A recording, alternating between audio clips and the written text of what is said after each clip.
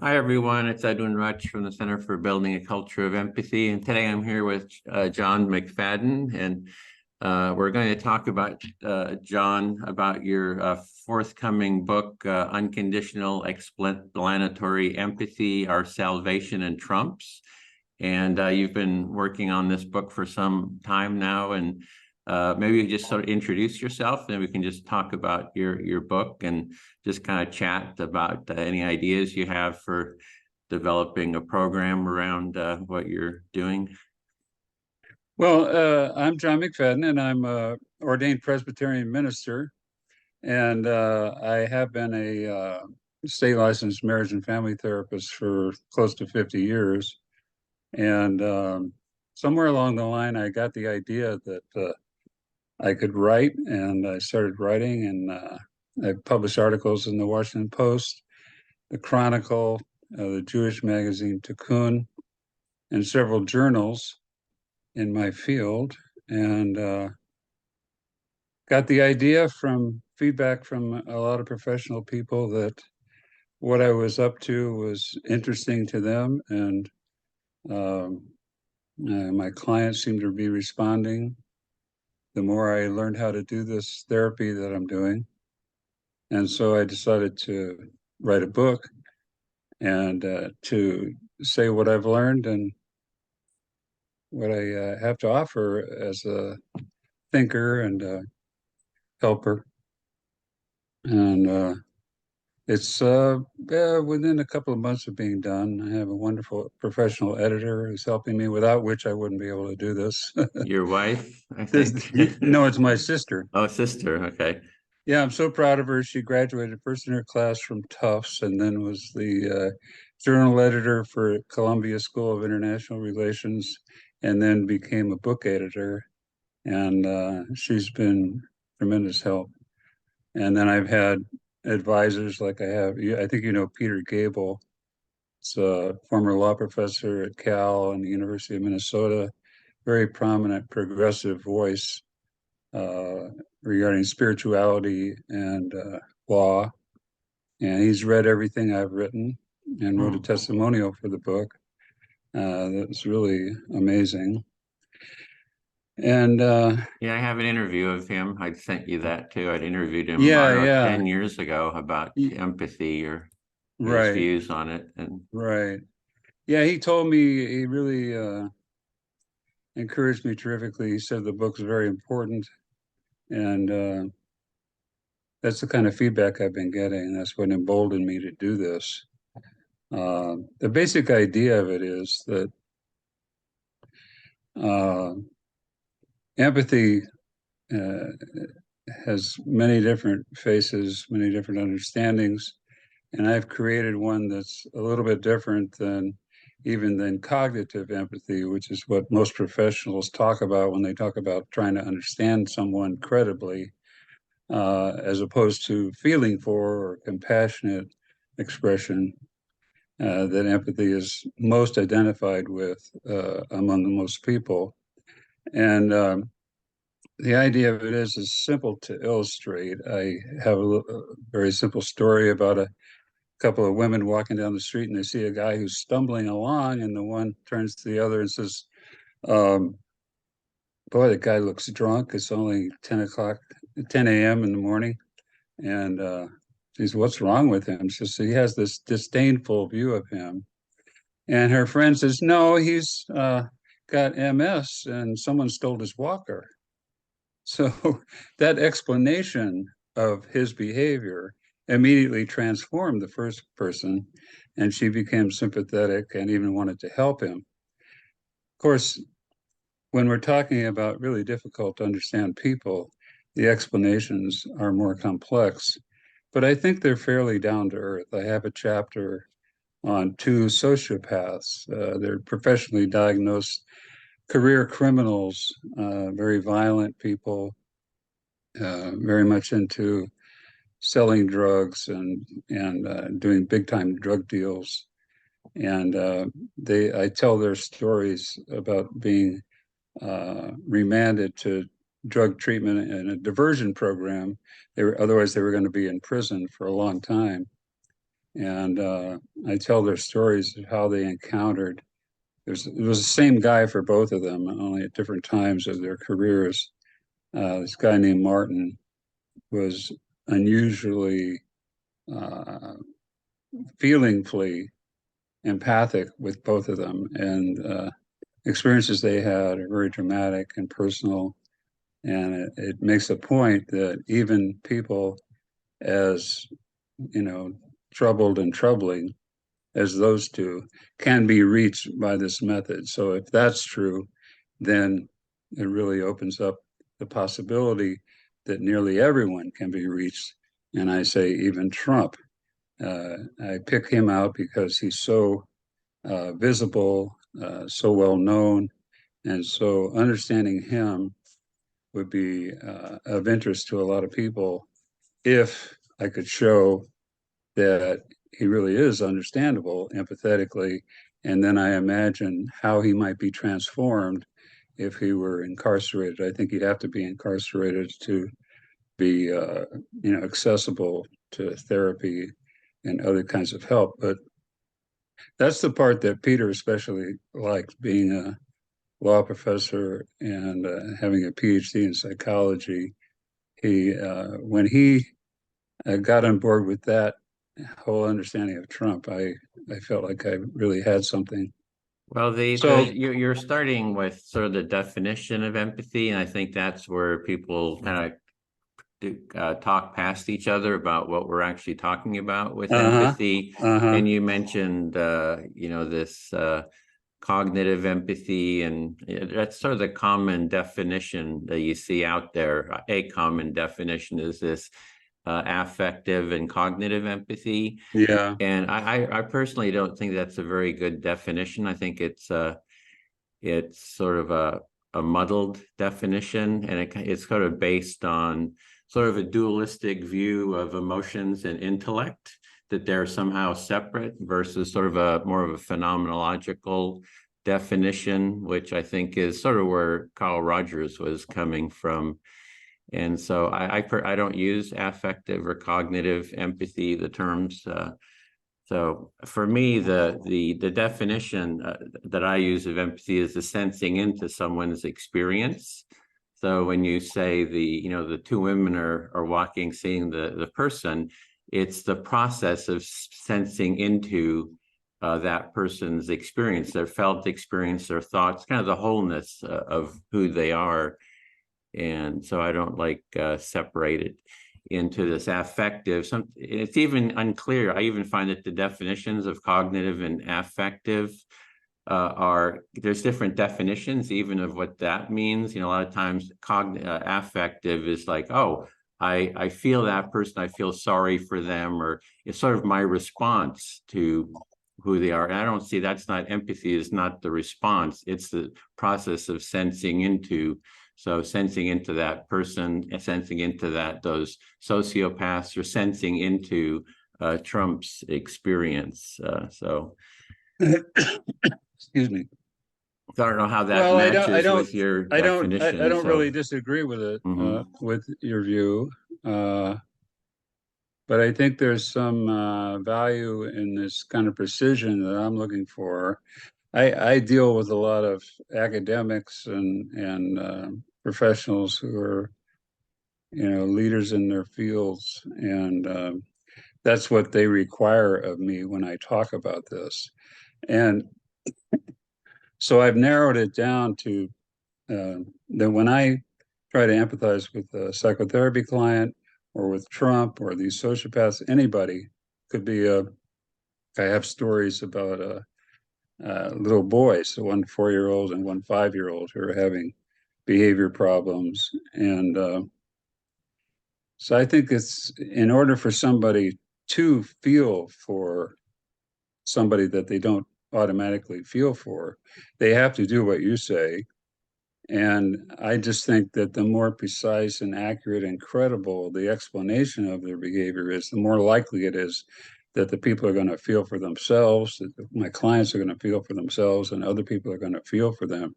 So I say that accurate empathy, which is what Rogers was involved with a long time ago. It was a project run by Charles Truex um, to try to show how powerful, accurate, meaning credible empathy is in dealing with people who are very troubled. And I just think that's why I say that. And then I have this formula that understanding somebody accurately, whether it's by the process you're suggesting or the one that I'm into, is what evokes compassion and caring. And without it, like in my little story, you're easily thrown back, defaulting to society's unempathic explanations of behavior, as in the case of this woman who right away thinks the guy's a drunk, and so Yeah, so it sounds like we sort of agree on that the empathy is a part of sensing into, like when you're with your clients, you're sitting there listening to them and sensing into their experience and getting a deeper understanding of who they are, why they're doing what they are, what their felt experience exactly. is. There you go. And you're getting sort of the wholeness of them. You're not judging them, putting your stereotypes onto them. Right. You're just this open space, sensing into who they are and having that. And there's outcomes of that process of a feeling of connection, a feeling of being understood, a sense of creating understanding. So there's all kinds of outcomes. If the person is perhaps suffering or something, you might have a sense of care for them, like, oh, I really care about their well-being and so forth. So that's yeah. So I think we're sort of on the same I page think in that process. And I just find this affective and cognitive definitions are just too muddled, in the sense of it's not the response so much of caring or being afraid of what you're finding or sort of your response. It's more the process of sensing into the other person's experience or your own experience for self-empathy. Edwin, I'm going to transcribe a lot of what you just said, because I think part of it I really relate to totally. And so I want to do that. You're recording this, right? Yeah, it's a recording, so we can put it through a transcription. Oh, great. I'd love to see that, because I think part of what you said really fit for me perfectly. You talked about understanding why people are the way they are. That's a lot of what I'm up to. That's another way of talking about explaining, is you understand why somebody is the way they are. Like, for instance, I'm thinking right now of a young woman who was, let's see, I think crack cocaine addict for many years, and finally got into Narcotics Anonymous, and she, stopped using that drug, but she was still very troubled. And I come to find out that when she was 4, 5, and 6, her really angry father would yell at her almost every day in the kitchen, called her fat, lazy, irresponsible, and so on. And I could tell from my experience and knowledge that that's what really was bothering her, that she was loaded up with this negative identity, feeling horrible about herself all the time, and using drugs to get away from what I call psychologically murderous self-hate that some people suffer from. And the more she understood that how cruel and undeserved this diatribe, the hostility of it was, the more she was able to feel for herself and unwind all this terrible identity that she had and get back into feeling like she was a pretty okay person. Yeah, so in that scenario, you were listening to her, right? I guess as a therapist, you were like present. She was sharing her experience, and you were kind of offering a listening presence or an empathic presence. She was sharing what was going on in her life. And so she was also kind of creating a sense of self-empathy, a sensing, as I use the term, sensing into her own experience with your presence, being sort of a supportive presence. And that is sort of her being able to sort of work through that. She got more understanding of herself and her own, experience, and maybe was able to work through some of the Well, issues. I think what you're talking about is my approach to her, how I was working with her. But with people like her and so many people, their self-hating ideas or self-negating ideas are so entrenched and so heavily supported. They interpret all their experience through this lens of feeling like they're horrible people who deserve to be shunned and screamed at. And there's been books written about what goes on in people's minds, most prominent of which is For Your Own Good. I mean, Feeling Good, the new mood therapy. Hmm. David Burns from Stanford talks a lot about how difficult it is to disabuse people of self-negating ideas, that it can take years of struggling and working, to help them understand. He draws an analogy between an internal prosecutor and internal defense attorney that he tries to build up answers to self-hating thoughts that are proliferate in people's minds. And it is analogous to a trial where the jury has to listen to both sides and make up their minds after a lot of presentation of facts and experiences. And so I think that's a crucial part, at least for me, in doing therapy with very troubled people. I have to work very hard sometimes over years, to help them get free whole moralistic corpus of condemning ideas, shaming ideas about them. And would you say it's the empathy, the process of being present and empathizing, listening to, giving them space to for their feelings and experiences to sort of unfold, and to Well, is yeah, I sort of think, the process, is sort of the healing process of moving past those judgments, that hate you're saying is. well, I think that's essential. But at the same time, I think if I weren't there to challenge these self-hating ideas, I don't know if they'd ever get better, no matter how much I was listening and so on. Okay. It's because they're in the grip of a formidable belief system, and someone has to challenge that. So if you were doing a Rogerian counseling, let's say it's pure empathic listening process, right? He's not putting in sort of prompts or questions or something. So it sounds like your therapy is a bit different then from like Yes, a it is a bit pure different. pure listening It is Rogerian, a let's bit say. different. Yeah, Okay.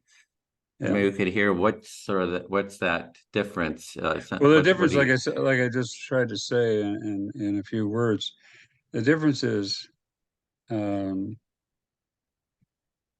I have to actively and creatively debate their self-hating ideas. Just as, and the analogy to a courtroom is really good, because that's what happens in a courtroom. The defense attorney has to marshal all kinds of facts and experiences to make a case for his client. And that's kind of what I'm doing. I'm making a case for them that's empathetically understands them and relieves them of humiliating ideas. That's what's different. So if a humiliating idea comes up, say, "Oh, I'm totally worthless," what do you do? Like, is a response? Like, do you say, "No, well, yeah, just what is your Well, I response don't, to?" I like I say, it's not simple. I mean, I Mhm. have to get at why they believe that, first of all. Like I've had clients who, when I have a young woman who, when she was 8 years old, her father tried to choke her to death. And so that created in her the impression that she's like deserving of that kind of treatment. That's a very powerful belief. And then as she developed over time, she became a person who cut herself and was a severe alcoholic. And so she was totally convinced by many experiences that she deserved to die. you know. So it's analogous to what I'm doing is analogous to talking to a Southern person who hates Black people. You just can't listen to them, expect them to change. You have to propose to them alternative ways of thinking, and you have to kind of prove to them that Black people deserve to be respected. And that takes a lot of doing, a lot of presentation of facts and experiences. And one of the most successful experiences I had doing that, by the way, this suddenly comes to me from many years ago. I was a chaplain intern in Perkins, place up in Sacramento that they sent a lot of delinquents to decide what to do with them. And I formed a group to examine the question, will coeducational programming benefit the youth in this youth authority institution? And in my group, I had a Black young man and a white woman who were in love on the outside. And one of our group members that was studying this question said, well, I can't imagine anybody accepting coeducational program if it means that Black boys and white girls are going to be in the same common space during the day. And so I brought the young couple into the conference room and enabled this, you might say, racist man to ask them all kinds of questions about their relationship, what it meant, how dangerous it was, and why they felt the way they did, what their parents thought, and so on. And he changed his mind. So, but it took a lot of interviewing, a lot of talking to help him understand that these two people and others like them could be respected and treated the way other kids on the outside are. Okay, so And it became statewide policy. There was a big mhm. coup for me early in my career that coeducational programming was accepted throughout the state. Were they just having a discussion, or were you like a facilitator facilitating the discussion? You were kind of Yeah, keeping people on track, and right, if right. somebody get upset, you'd kind of try to calm them Yeah, down enough, or I don't know, empathically right. listen to them. Exactly, And so exactly. it's sort of a facilitator sort of Yeah, a yeah. That's process. what I see you doing so well. Mm. Yeah, that's what I was doing. Yeah, Yeah, I the was very process young. of, yeah, the process is the process, I'm very much around the empathic listening, the Rogerian active listening Right. process. But I think that it's only, one direction, and full empathy is a empathic relationship, it seems to me.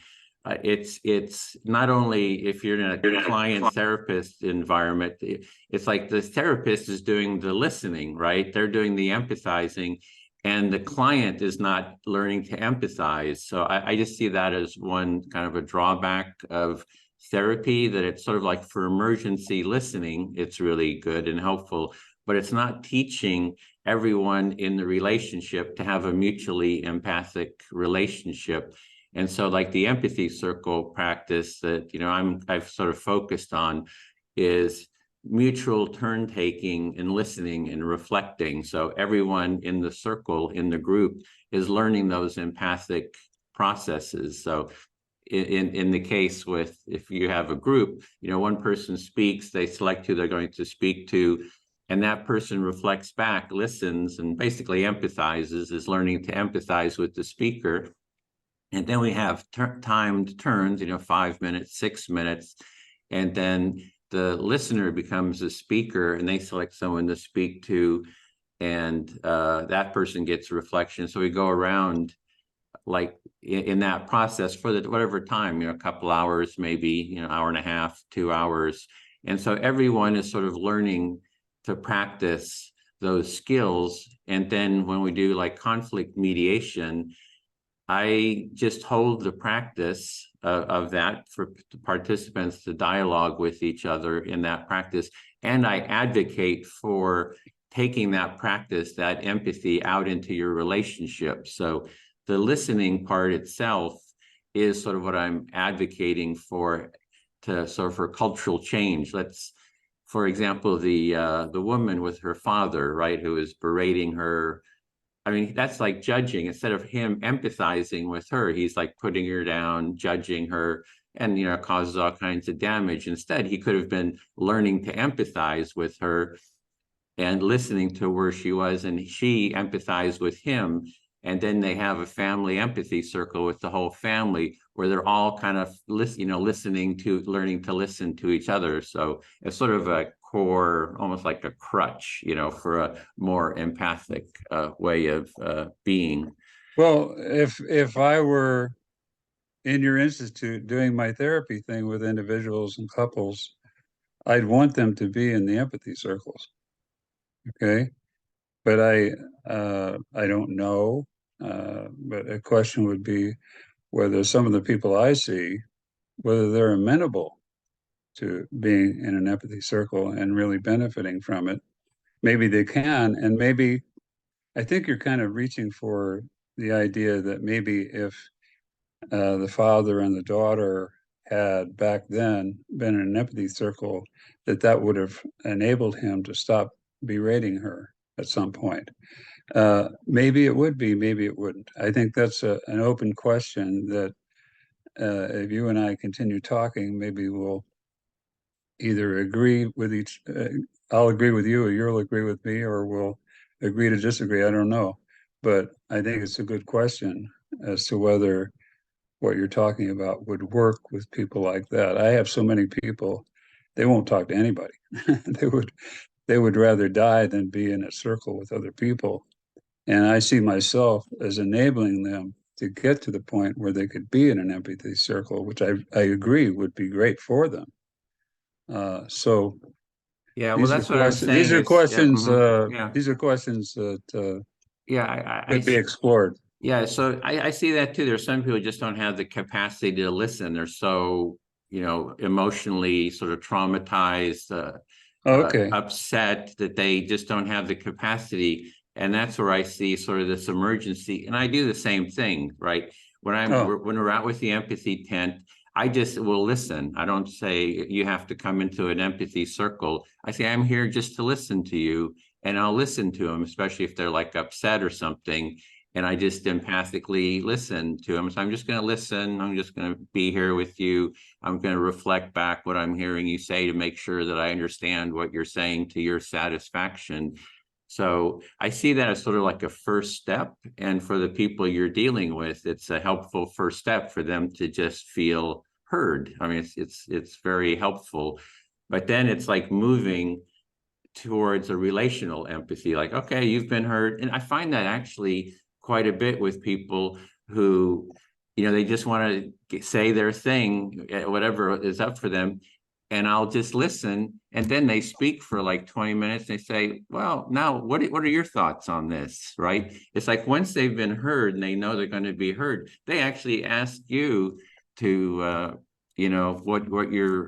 what's going on for you too. So there's a shift. People need to be heard, but then they tend to move towards wanting to listen to others too. And that's where we start making it creating that mutuality.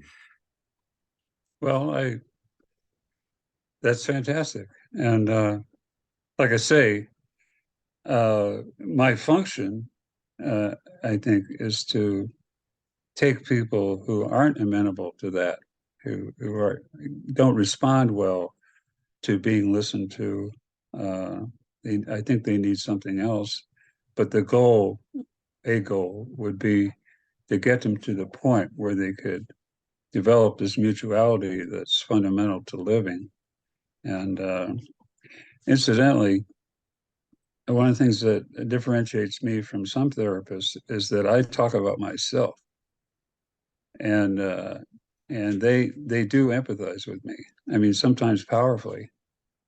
I say I'm going to step outside my role as your therapist and be a part of a two-person group here to help you see that other people have feelings like you do, to help you feel like you belong to the human race, that you're not as strange and horrible as you think you are. In fact, one of my most dramatic stories in my book is about a young woman who had been severely brutalized by her father and then joined a biker gang. She became a biker model and was into very dangerous drugs. And one day she walked into my office and dressed like she was going to an elegant event. And she put her purse on the desk between us and pulled out a .45 revolver and put it down in front of me. And she said she was going to kill her father. And so she told me a dream about going to his front door. And as soon as he came to the door, she shot him in the head. And then she went inside and started reading the funny papers and was chuckling. I was so struck by the fact that she had no emotion relevant to killing her father. And so on a guess, I had her lay down on the couch and close her eyes and imagine that scene again. And I said, okay, now you see him at the front door. Tell him you hate him. And tears started coming down her eyes. After a few minutes, she said, I can't do it. And I was shocked. I said, here you are. I mean, she scored high on a lethality scale. She was going to kill him. She had a plan and she had a weapon, obviously. And so I said, here you are ready to kill him, and not even in your mind's eye in this empty building. You can't tell him you hate him. What's up with that? Why is that? And so I speculated. I said, I think it could be because you're afraid that if you had the emotion that's appropriate to his brutalization of you, you would go crazy. You're afraid it would be so wild and chaotic that you would be crazy and not come back. And so I told her about my own experience. Here's the segue to what we were talking about. I told her about my own experience of being traumatized, not in great detail. But then I said, I went down to the wharf and in my car and I rolled up the windows and I allowed myself to scream out all my torment, at the end of which I felt much better. And I suggested that she do that. And I said, I think you really are afraid of your emotion. And I said, here's how it looks for someone to be wildly screaming.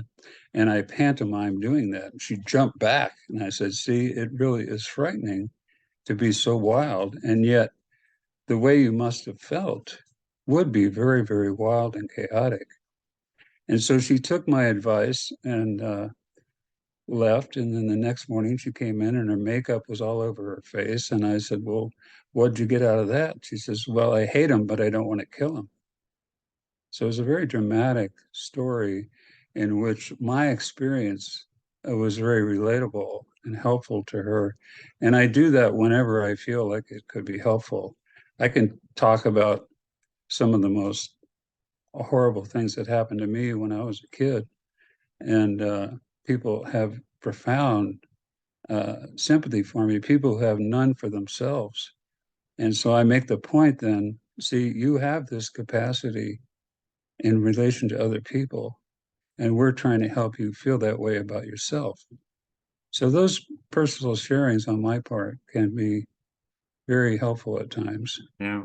So that's make more of a relationship, more equal relationship versus Right, just right. you being the sort of the therapeutic expert, Right. listening to.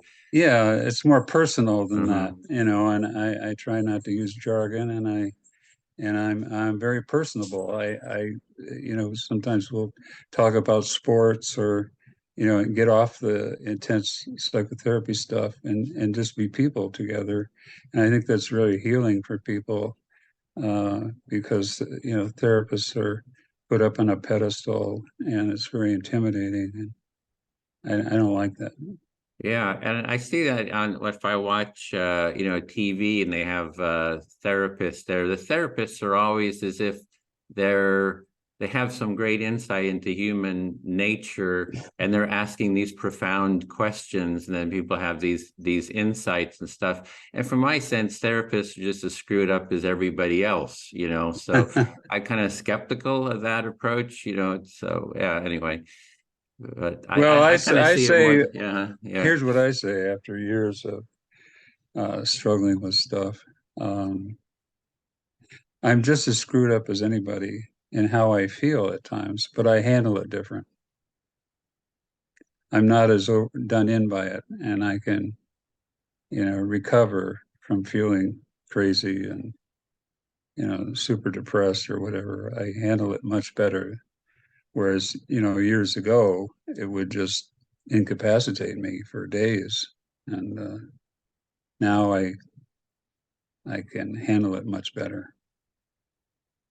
Well, the one thing this is I mean, I see that, therapy is good for sort of that emergency in those situations. But there's this aspect of learning the sort of this empathic relationship, which it sounds like you're sort of moving towards in some cases, and scaling that up for cultural change, right? It's like that the Yeah, we culture, haven't talked about that. yeah, the I culture needs to sort of value, at least that's what our center, this is the empathy center that we're setting up in the background here in yeah. Santa Barbara. And Well, the mission is to create a more empathic society, well, raise the level of empathy let in me, society. And yeah, so, let me mhm, connect my book to okay, that. Like you, I've learned about Daryl Davis, right? right. Daryl Davis is this black musician who befriended Ku Klux Klan and has a track record of helping them work their way out of the Klan. He's very empathic. I saw your interview with him. And then I also report in my book Loretta Ross, who's an African American scholar who hated white supremacists, and somehow she got into a relationship with a leader in the Aryan Nation, and they became friends. So her story of empathizing with him and him with her is very dramatic. It's in a chapter called Our Salvation, Reconciling the Left and the Right in the United States. I have two chapters on that theme. One about these kind of personal transformations where white supremacists uh, in movements across Europe are being transformed and sticking with it. And then in the second chapter, I have nationwide attempts to bridge the gap between the left and the right. And I show how uh, various people in leadership positions can really broadcast the value of empathy by creating empathetic understandings of each side. And specifically, Obama, who's probably the most prominent advocate of empathy. I mean, he's really stellar in doing that, but he doesn't know that much about unconditional empathy as it applies to his political opponents. He's not all that empathic about them. And so I'm in the book, I'm trying to educate him and Hillary Clinton and other people like that who are identified with empathy, but are not at all unconditional. And they don't, in fact, Hillary, as you probably well know, called the right wing deplorables, and we're trashing them unmercifully. Uh, she hasn't really recanted that much. And so I'm in my book, I'm trying to show her how much sense it makes to empathetically understand even people like Timothy McVeigh and the leader of the Branch Davidians, by showing that, like all other white supremacists, they have very troubled childhoods in which they were bullied and they were depressed and had no connection with girls. And out of that grew their vulnerability to being a part of a superior, thinking they're superior to everyone else and so on. So yeah, I have that very strong interest in the book about the social uses and even the international uses of empathy. There's a wonderful man named James G. Blight, who's a professor at Harvard and Brown and elsewhere, and he talks about deploying realistic empathy in international relations. He put together a conference with North Vietnamese leaders in the late 1990s, in which they talked about the lead up to the Vietnam War And he showed how reasonable it was to suspect that if the leaders had talked to each other at all, which they didn't do, and really tried to understand where each other was coming from, they would have realized that the North Vietnamese didn't want to spread communism. They just wanted to unite with South Vietnam. And then the war would not have happened. So the powerful effect of empathy in international relations is going on in academia. Yeah, well, that's where you and I are on the same page there, because that's what, I see that too. That's what we're needing in the society, is to sort of scale that up and bring it in with the politicians. And when I was first getting into empathy, just exploring that experience, it was Obama was also started a little while after started running for office, and he was talking about empathy deficit over and over. I mean, I have documented all the times he talked. This is like a whole page of all his speeches where he mentioned the importance of empathy. And then, but when he got in to office, it's like he didn't seem to know how to create an empathic environment with the Republicans. And when he left office, he said, "My one regret is I failed. Basically, I failed at bringing people together." So I think there was something missing.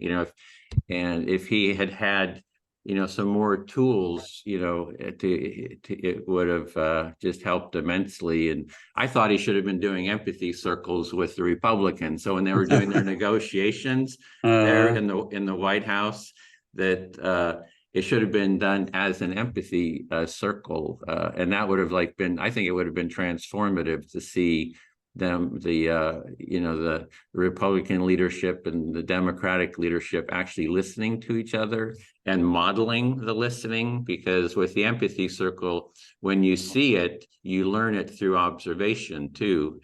So you don't have to just take some training and kind of learning the process. You just see how people are talking to each other, and you say, "Oh, I can do that with my family too." So yeah, I guess the question is, how do we get it to the politicians, Well, that's what I'm trying to do in the book, and I think the key to it is something that you and I have some disagreement about.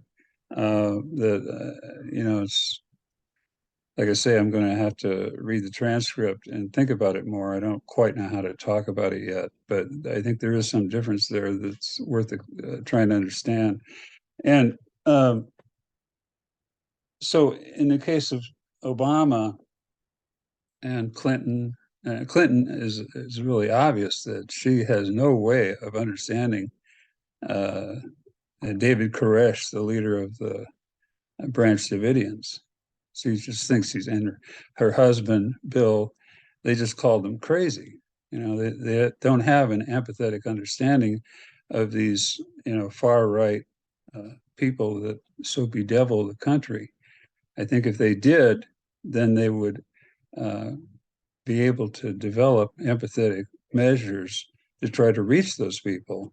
And in fact, I create in my book a speech that she could make that would apologize for calling them deplorables and for promising to try to reconcile with them, which eventually would involve sitting down, like you say, and talking face to face. But first, she's got to have a deeper understanding, empathetic understanding of those people. Otherwise, she's going to just keep them at arm's length.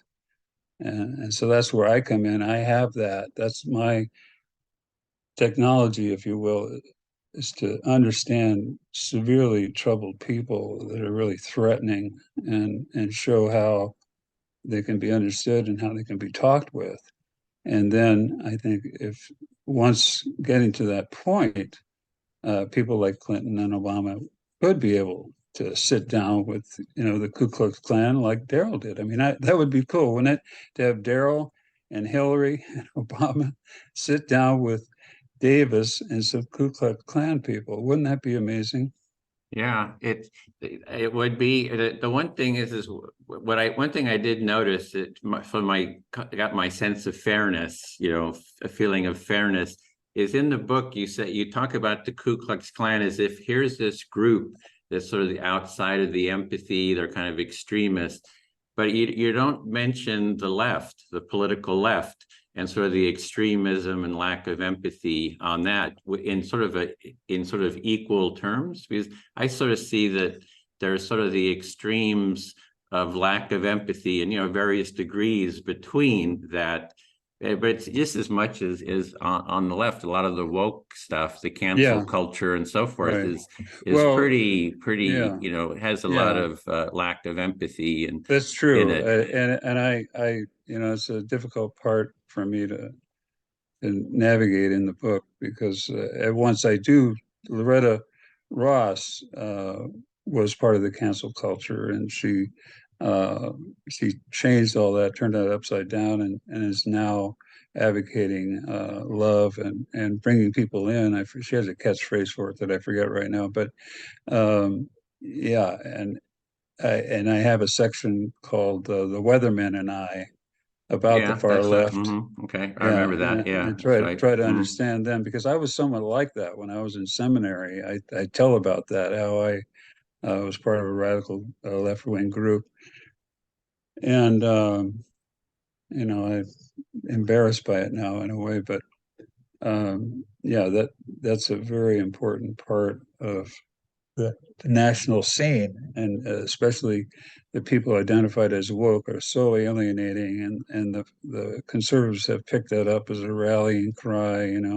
So it's really a large part of the divisiveness right now is how the right is saying that we're besieged by the woke, Yeah, and we've got to fight against them, and the and whole cultural war yeah, that right, you really right. hear. Yeah, Right. and Yeah. So yeah, yeah, I'm pretty four square trying to at once challenge the woke and empathize with them.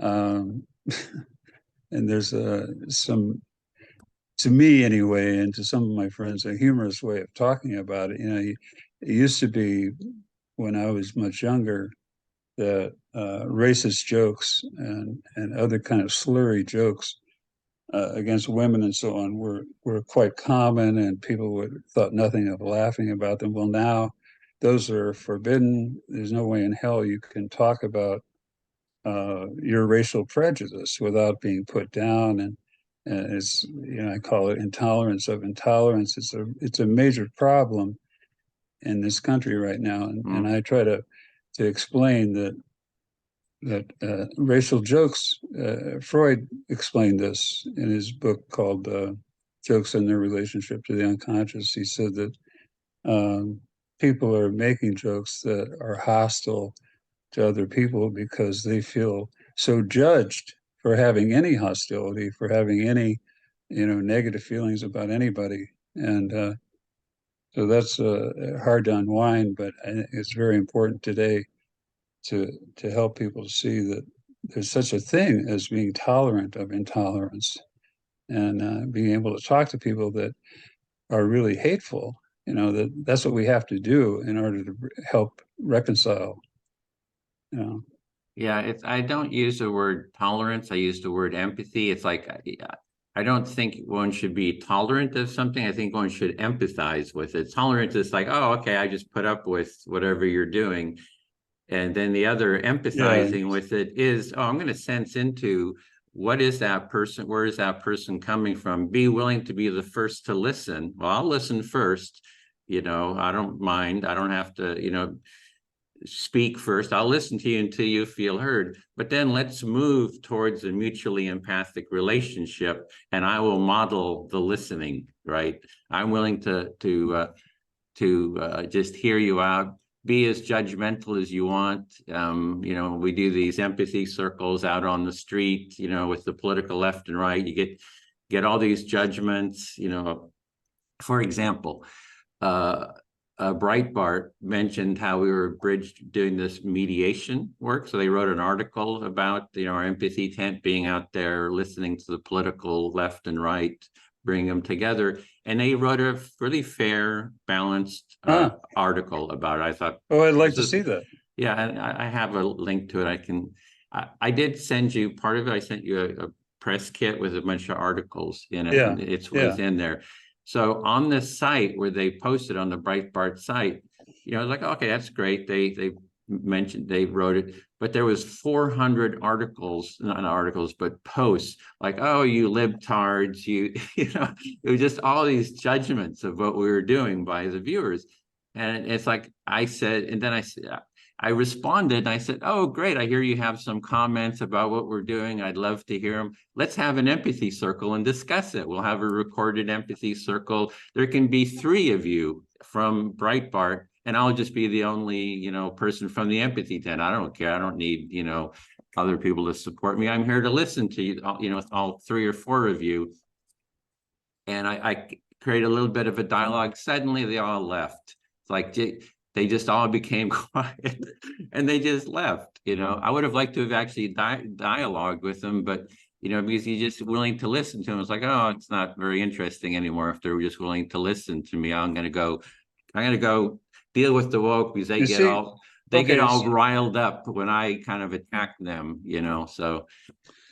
Okay, again, we have some disagreement underneath this conversation, parts of this conversation. And one way to illustrate it now is with that, in that situation, okay, where they're saying, oh, who cares about listening? They're unimpressed by it partly because they don't understand it. They haven't experienced it. And that's true too. But there they are going away. What would you do? Well, I'd go after them. Okay.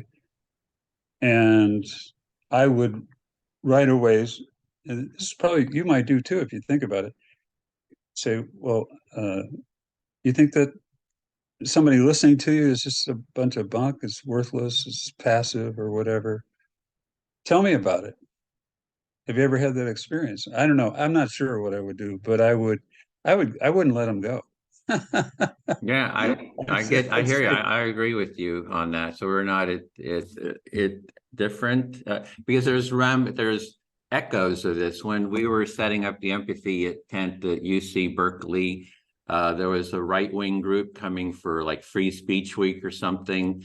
And the leader, Joey Gibson, one of the group leaders, was there on Sproul Plaza. We were set up just out on the street, right out at the end of Sproul Plaza. Just there's I think Dwight or whatever it is, right there.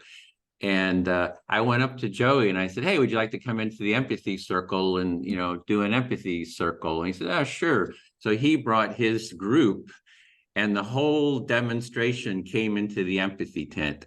There was it was Joey. We got someone who was from the left, sat down, and then around him were his group, kind of protecting, because the by any means necessary Antifa were just outside screaming and yelling. Oh, wow. No Trump, no fascist What USA. a great situation. And there's a video of it too. There's a video of it too. Oh, I want to see that. And then it's surrounded by media. We had all this cameras and media kind of on us doing the facilitation, doing the empathy circle. And just outside is 150 police in riot gear there. So anyway, it was so loud that just sitting next to each other, we could not hear. We had to use bullhorns to speak to each other, just, right next to each other. And it was, it kind of, after about 10 minutes or 15, it just sort of fell apart. The media started asking questions. We sort of got distracted by that. So we did get started though, and by any means necessary, was trying to shut the whole thing down by just screaming and yelling so loud. So that kind of, but then the next day we set up at Sproul Plaza again, and there was no demonstrations, no nothing. And Joey Gibson came with Kyle Chapman, Kyle Chapman was a real hero at that time of on the political right, because he was one of the first to physically fight back against Antifa with a stick, and they're out there in Civic, Plaza, the park there by the city hall. He has one of the demonstrations there. So he was a hero. And Joey Gibson brought him, and he said, this guy needs empathy. And we sat down, we had an empathy circle with him. And then he he started, when we were doing, he had to do the reflection, he started making jokes and stuff. Like I said, no, you just got to listen to what the other person is saying, reflect back to what, to his, satisfaction. He said, oh, this is serious. So, and he did it. And we had like a half hour, 45-minute empathy circle with these leaders, from who at the time were, pretty big leaders on the political right. So I'm totally down with what you're saying. Is I was disappointed. It's just a matter of time to kind of reach out, bring that group in. And we did that by going in Sacramento. There was a right-wing rally. And so we went to that rally with the empathy tent. So we went where the, Unite the Right was. So we were like the only sort of, liberal types or, empathic types there. And we had empathy circles with identity, a group of Identity Europa group, and they're the ones that wear the khaki shirts and pants, or khaki pants, like at Charlottesville. We're holding the tiki torches, and we went to the Republican state convention, and we went to the Democratic state convention, and listened to people. So I'm totally with reaching out. So we're not different in that, don't have a difference. Well, no, I don't think so. And I think these stories you're telling are amazingly persuasive for what you're doing, and in terms of having a big effect in this country. Those stories of taking on people who are diametrically opposed, people that let's say most liberals are afraid of, they don't understand them at all, they just are disparaging toward them, and to show that they can be brought into a situation and have a conversation that's meaningful and interesting and go somewhere, I think that's your best advertisement for being a major force in this country. Yeah, it's the going out on the streets with the empathy tent that was the thing that got us the most attention, and then COVID kind of put a stop to that. So we need to kind of bring that up again, I think now. Yeah, the more you can go into those really diametrically opposed situations and have an impact, I think it's like, based on this conversation, and well, when I get the transcript, I have a section in my book on you and what you're doing, and I don't have enough of this kind of stuff that you're talking about, which I think is so persuasive, and it fits right in with what Daryl Davis and Loretta Ross and other people are doing. Only I think what you're doing is more of an outreach and can have a bigger impact.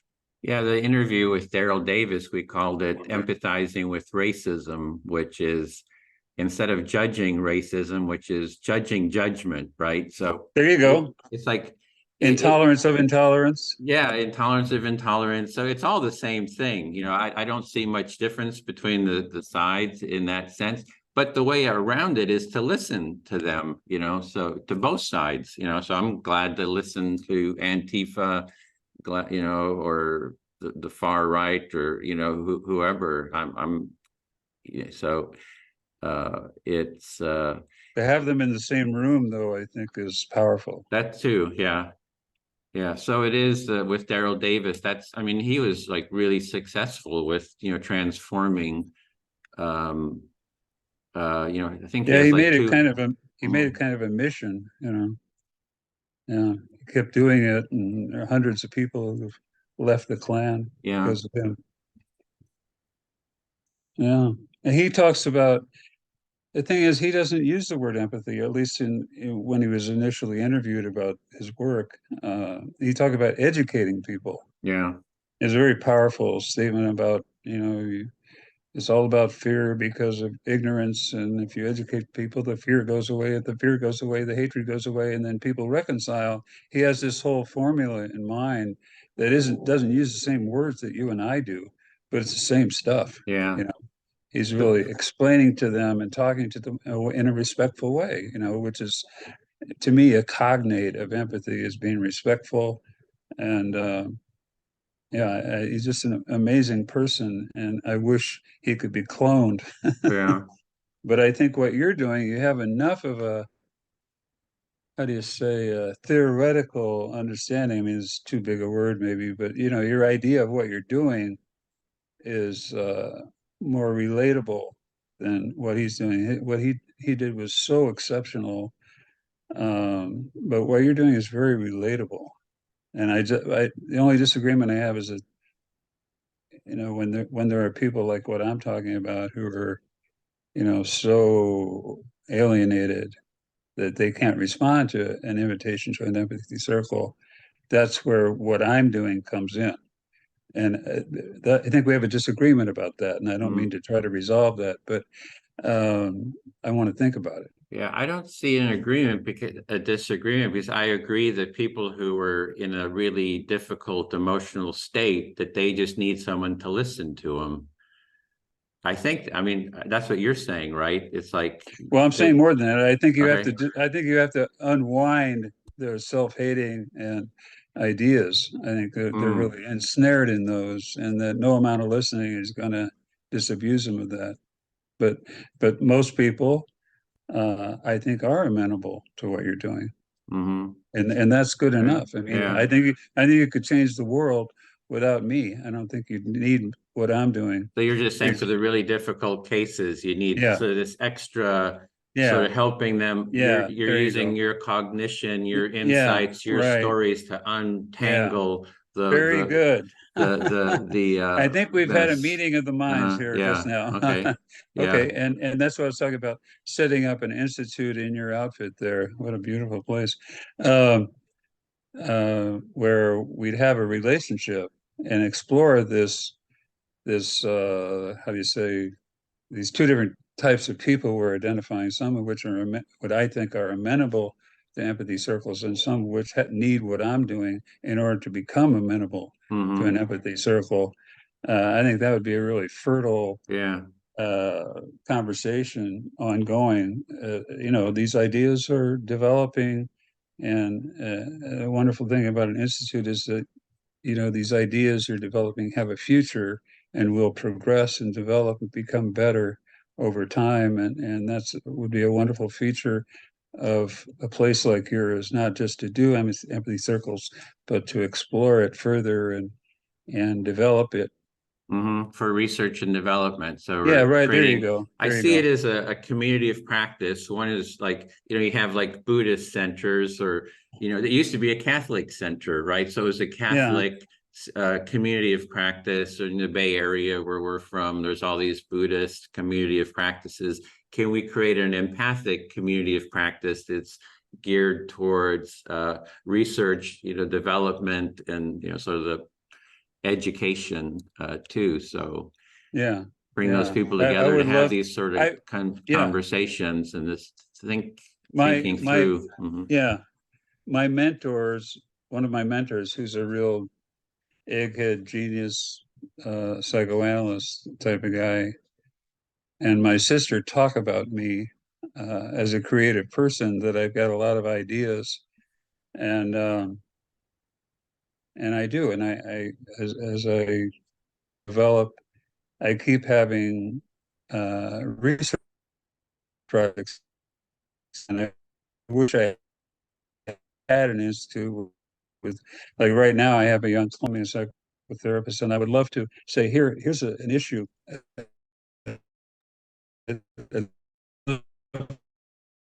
You to go to the library and talk to, interview people and so on, and learn of empathetic ways of understanding problems that right now are aren't being well addressed. So yeah, that would be a part of an institute, is to tackle uh, things that need empathetic understanding. Yeah, and so we would need funding for something like that, and to have a place where it's almost like an empathy monastery or something, where you Being a can. minister, I can relate to that. So well, definitely that's what I'm excited about, talking with you to think through these Yeah, possibilities, and and see who can we get on board, how do we fund it, there's sort of the practical, can we get donors who say, that kind of buy into this, to see the vision. This is exactly what Obama was talking about. And it seems like, it's like, hey, Obama, Barack, this is what you're talking about. We can create this group, Right. these Well, communities I to do hope, the problem solving and yeah, create programs and I, development. yeah, I have some hope that the part I wrote about him, where I'm trying to educate him, first showing the depth and power of the empathy he understands, and then showing how he's not always empathic and how he could improve his game. I have some confidence that if he read that it would turn him on. He has a foundation now, with Yeah. selected bright people that he's trying to, that he's trying to do what I was just saying. He's trying to point out problems to them and saying, here, go try to understand this from his point of view. And yeah, but I think, like I said already, I think these experiences you've had with radicals, Breitbart and so on, that are successful have tremendous implications and power, that if they were well written and presented to foundations, I think you'd get your money. Yeah. I think the Well, empathy circles with people who are much less divided, that work really well and are wonderful, um, are not as compelling as these experiences where these people are really opposed. I mean, that scene on Sproul Plaza where they're yelling and the cops are there and so on, that is a very powerful, dramatic story that I would love to write about and try to, yeah, show how, what's meaningful about it, and it has such great promise for our future. yeah, I'll I send you the love that. I video. love that story. Yeah. Okay. Good. Yeah, I have it's a video. And we also did it in Los Angeles. So when we were setting up the empathy tent, in the Civic Center Park there in Berkeley, there was I mean, this was like a knockdown, drag out fight between Antifa and the right. I mean, they were like, just chasing each other, throwing M80s at each other with, they make their It's like own a sitcom. flashbang. Yeah, From one it's, perspective, it's like a sitcom. yeah, except they're bloody and stuff. I So we had know. the Yeah. empathy Right. It's tent a set serious up. thing, but it seems so ridiculous in one sense. Yeah. So yeah. So yeah, knowing about that, including that in a piece of writing, I think could be very influential. Yeah, we're glad to talk more about it and show you some of the videos and stuff. There was a documentary, Trump Phobia, What Both Sides Fear, where they sort of featured the empathy tent. Oh, really? And that, yeah. So Called Trump phobia? Trump Trump phobia? Phobia, What Both Sides Fear. It's on Netflix. And I can send you a sort of an outtake, a couple of minute outtake where we actually, there was a demonstration. The filmmaker actually interviewed me at Civic Center Park in Berkeley, said, hey, this was just after Trump was elected, and she had traveled all around the country at all these demonstrations. And she said, you're the only ones doing something like this. We had the Wow. empathy tent where, chairs, listening to people, big signs, empathy tent, we're here to listen.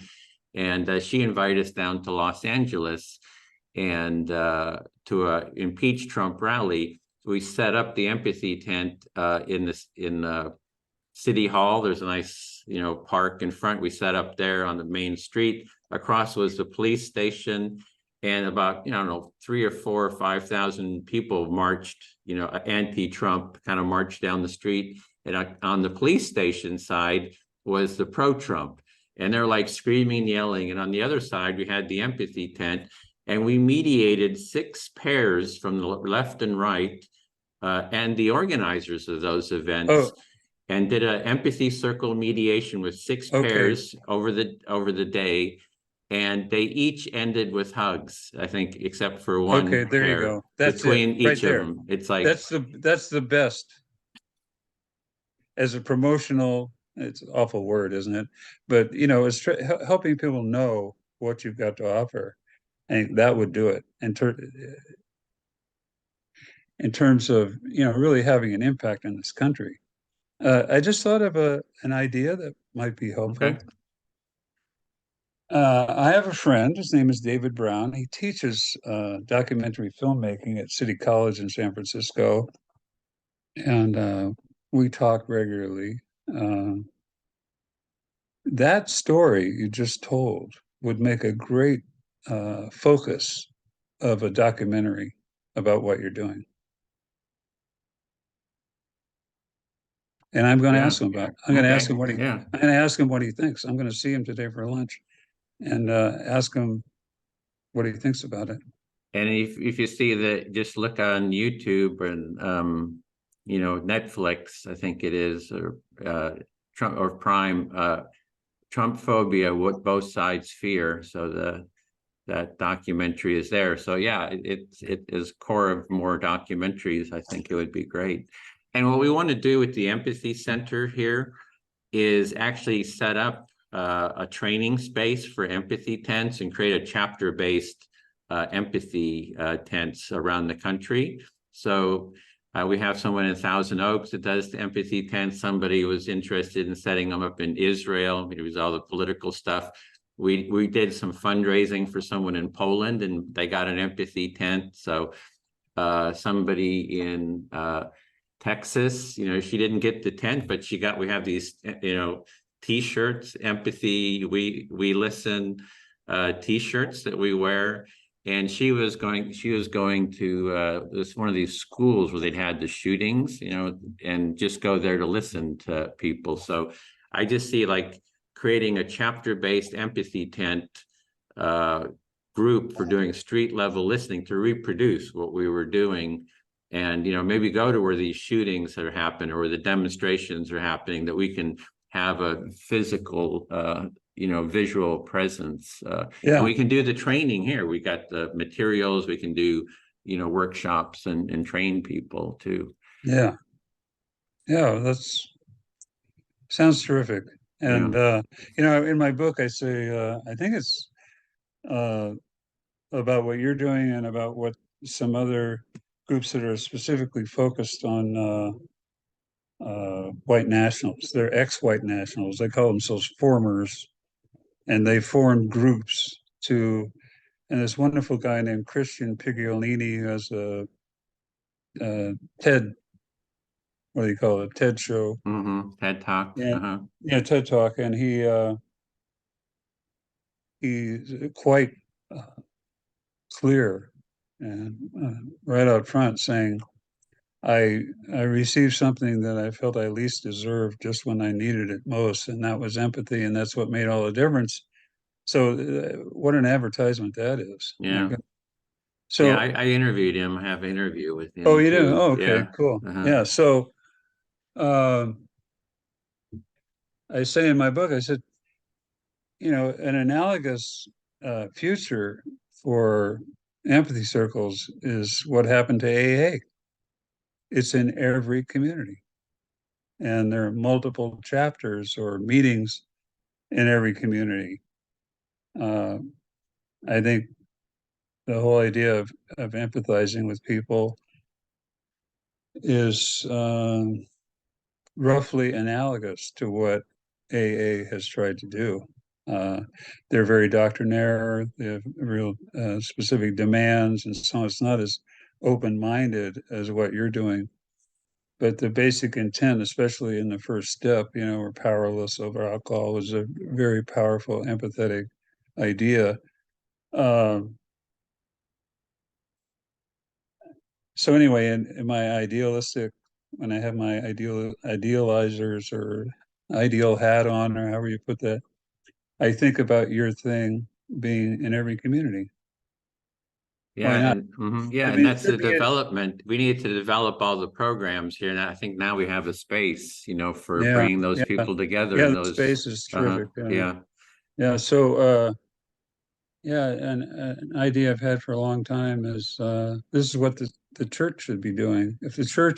If Christianity had this idea of what I'm calling unconditional empathy, not just for people we like or that, or a little bit different from us, but for everyone, I think the Christian church wouldn't have fallen on bad times. I yeah. really do.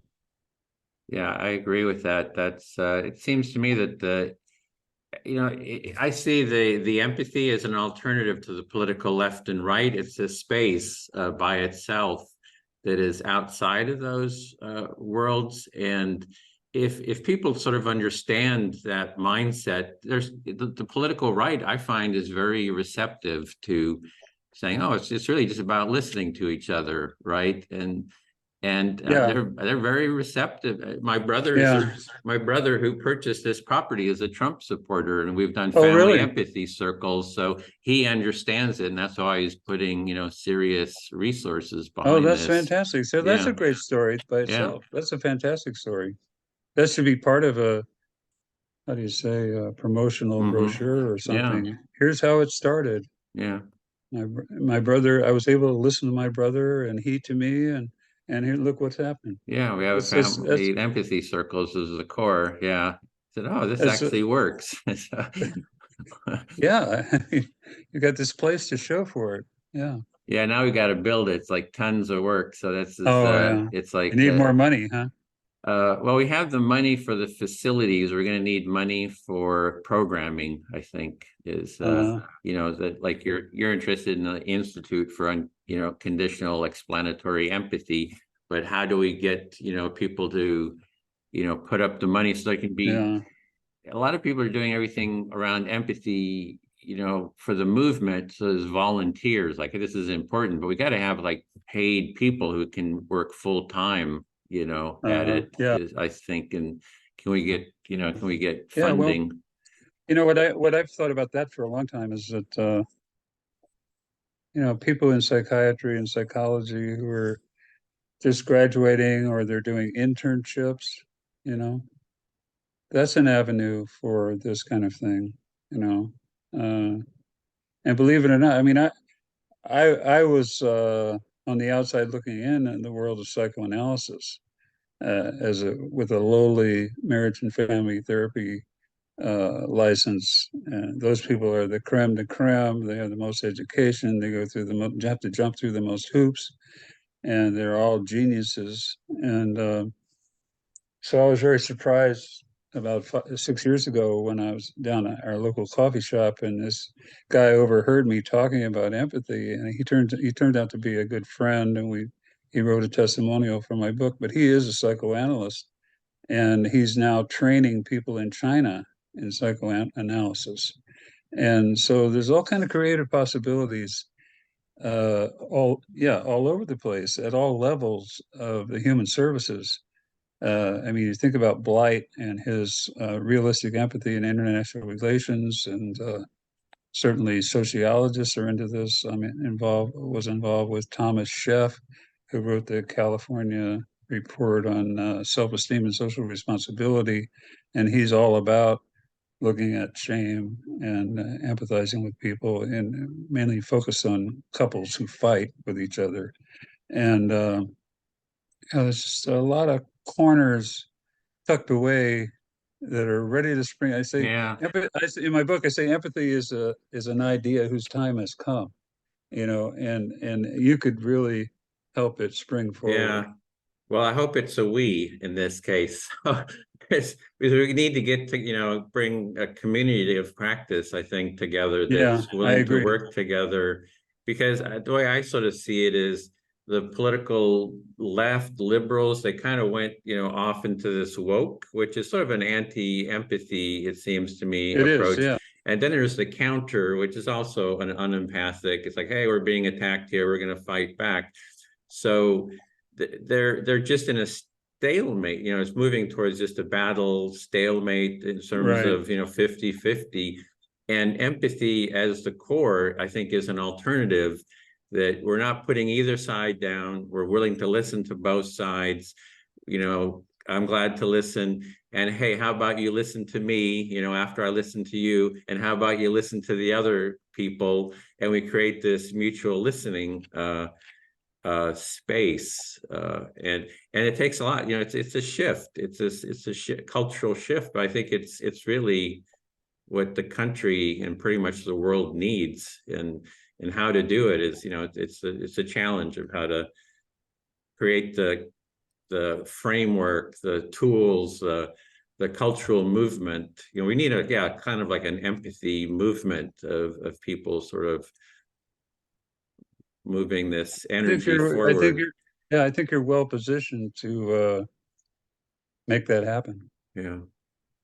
And whatever help I can be, I'm super Okay. excited. That's the whole point of my book, is to try Yeah. to broadcast the usefulness of empathetic understanding, and give a lot of examples. I give a lot of examples from my practice. I give examples of the two sociopaths, incredibly touching stories of how they were transformed. And then I try to imagine how Trump could be changed, and give people lots to think about how powerful empathy can be going forward. And when does the book come out? When will it be on the bookshelves? Or you're breaking up a little bit, but Yeah, you are too. Yeah, I think it's your bandwidth. If you turn the video off, we're having trouble right now. The video's sketchy. If you turn your video off, I Breaking think up. you'll have I more. just saw some internet. Huh? If you turn your video off, I think you'll have more bandwidth. If I what? Turn your video off. If I do what? I just turned your video off because I think it'll give you more bandwidth. Is that?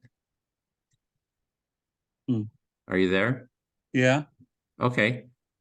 Yeah, just I think you're having bandwidth issues, or maybe I am. My video's fine, but Okay, but you can hear me, right? yes, I hear you fine. Okay, so I think I got to get on to something else Yeah, now, me too. but this was great. I really appreciate it, and to be continued. Send me that Yeah. stuff, and I'll write something. Yeah, great. And if you have, I just asked, when is your book coming out? Oh yeah.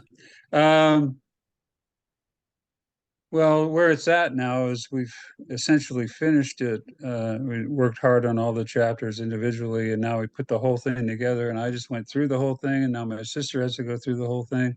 So that's probably going to be another month or so of doing that kind of thing, and then we're going to send it out to a lot of readers, and then put it all together. So I don't know, maybe 3 or 4 months. I'm not sure. Right. And if you have But others who want to be in a discussion like this to talk, if you have want to build a community of others, like, hey, how do we build this empathy movement? Glad to kind of host that too. Okay. And we're doing a summit. We're starting a series of every 2 months, 4-hour empathy summit, 2 hours of presentations, and 2-hour empathy circle. So maybe we can, that's another sort of thing online. Yeah, well, so many ideas to think of, and okay. Great. Well, thanks John for having this chat, and I'll post it, and to be continued then. All right. All right. Great. Thanks. Bye-bye.